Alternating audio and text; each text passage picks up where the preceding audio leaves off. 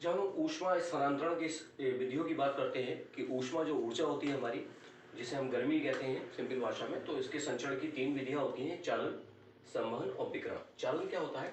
हम जानते हैं कि प्रत्येक वस्तु हो, चाहे वो ठोस हो, द्रव हो, गैस हो, वो अणुओं से मिलकर बनी होती है।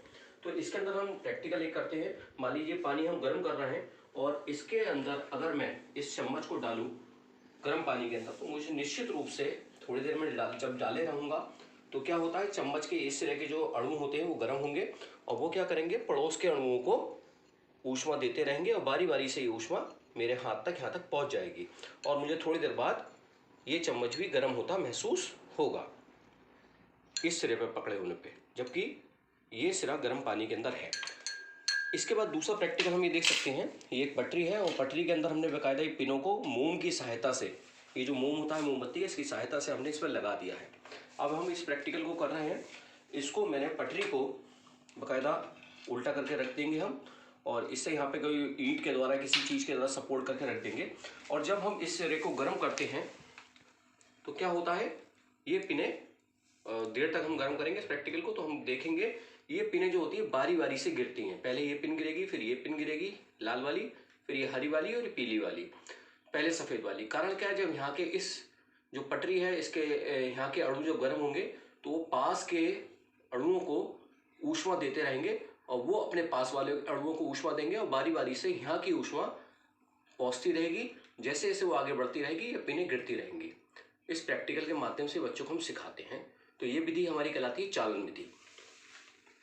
दूसरी विधि हमारी आती है संवहन।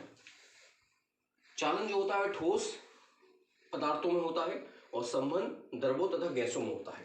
इसमें क्या होता है, अगर मान लीजिए हमने जो हमारा द्रव है और उसको हम गर्म कर रहे हैं, देखिए यहाँ पे गर्म होते हुए दिखा रहे हैं, गर्म होते हुए जो दिखाते हैं तो इसमें क्या होता है कि नीचे द्रव भी, जो द्रव है गैस है वो भी अणुओं से मिलकर बनी है, तो द्रवों के नीचे के जो अणु होते हैं गर्म होते रहते हैं और वो क्या करते हैं, गर्म अणु ऊपर आते रहते हैं और ठंडे अणु नीचे की तरफ जाते रहते हैं और इस प्रकार से ये चक्र घूमता रहता है और पूरा पानी हमारा गर्म हो जाता है। इस प्रैक्टिकल को देखिए हम कैसे करके दिखाते हैं।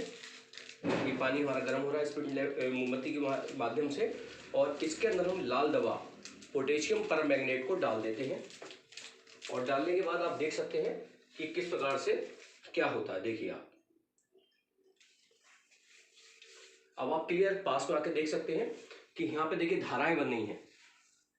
तो नीचे जो पानी गर्म हो रहा है वो उसके अणु यानी ऊपर की तरफ जाते आ रहे हैं और ऊपर धाराएं आप देखते होंगे वापस लौट के नीचे की तरफ, जो ठंडा पानी के अणु होंगे ऊपर के वो नीचे आते रहेंगे। तो ये विधि हमारी कहलाती है संवहन विधि।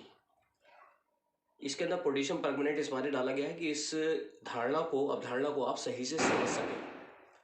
इसके बाद हमारी अगली आती है ऊष्मा स्थानांतरण की विधि, विकिरण। विकिरण के अंदर जैसे कि सूरज का प्रकाश हमारी पृथ्वी तक पहुंचता है और बीच में कोई भी माध्यम नहीं है, तो ऐसे ही मोमबत्ती जल रही है और इस पे आप स्केल पे देख सकते हैं, यहाँ पर रीडिंग इसकी 20 डिग्री सेल्सियस आ रही है थर्मामीटर पे। मैंने इससे थोड़ी दूरी पे ये रखा है और आप देख सकते हैं बीच में कोई माध्यम नहीं है और इसका देखिए टेम्परेचर आप बिल्कुल क्लियर देख सकते हैं, इसका टेम्परेचर बढ़ने लगा है। ये देख सकते हैं 20 से क्या बढ़ रहा है ये, यानी कि ऊष्मा का संचरण जो हो रहा है, स्थानांतरण हो रहा है, उसके लिए किसी माध्यम की आवश्यकता नहीं है। तो ये विधि हमारी कहलाती है विकिरण विधि। सूरज का प्रकाश हमारी पृथ्वी तक विकिरण विधि के माध्यम से ही पहुंचता है। तो ये तीनों विधियों का हमने जिक्र करा। मैं डॉक्टर सचिन शुक्ला, SRG, मुर्दाबाद। धन्यवाद।